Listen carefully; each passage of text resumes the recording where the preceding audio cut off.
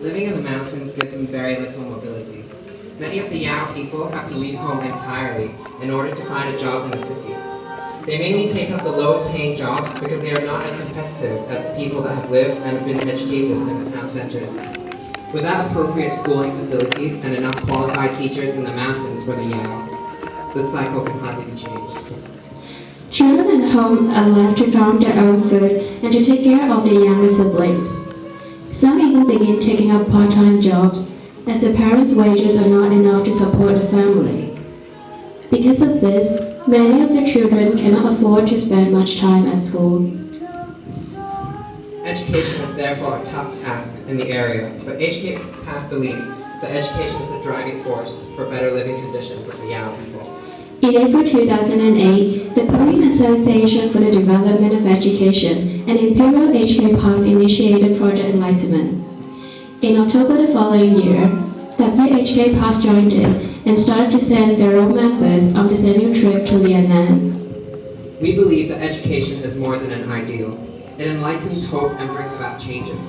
It transforms the tribal children into more competitive individuals in the workforce to eventually bring back home a better quality of life. Bilingual School has been our primary service target since the launching of Project Enlightenment.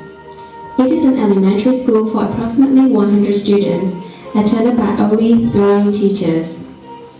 The school is located at the peak of the mountain, which makes it inaccessible to external assistance. As you can see from the photos, the school is extremely poorly equipped. The children study on chairs and tables that are put together from loose planks of wood. And when we were there, we could see that much of this makeshift furniture has started to further deteriorate with age. As you will see from the photos, the classroom doors are made of rusty sheets of metal, and much of the paint and tiles on the walls are peeling. A lot of the children do not have even the most basic of stationery, let alone textbooks to read from and exercise books to write in. The learning is therefore often inefficient and ineffective. However, this does not discourage the students from their passion to study. Our service at the school is diverse. On one hand, the most obvious and effective of our services is the provision of a better learning environment for the children. You may have noticed that a 7 stand features on a lot of the furniture, such as the blackboards. This is in fact the stand of the Korean Association, who has donated furniture to the school. As such, funds from Project Enlightenment were used to improve facilities of bilingual school. In 2008, a donation of £150 was made to renovate hygiene facilities, whereas in 2009, another donation of £250 was made to renew the walls surrounding the playground. The other element of our service is the teaching that our volunteers participate in when we are there. One of the greatest problems that the children face is that while their schools lack teaching staff and resources, they must all take centralized exams in the province in order to get into better schools. English in particular is a distinct problem that causes most of the students to fail to get into better schools. This is because most schools in rural areas do not have properly trained English teachers. Because of this, our volunteers focus on teaching English through games, arts and crafts, and other practical activities. Sadly, many of the students that manage to qualify for entrance into schools in the town center can't have their dreams come true.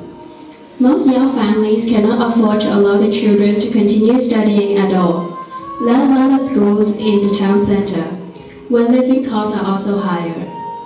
Because of this, funds from Project Enlightenment also have been used to sponsor young students in the form of sponsorship and living maintenance.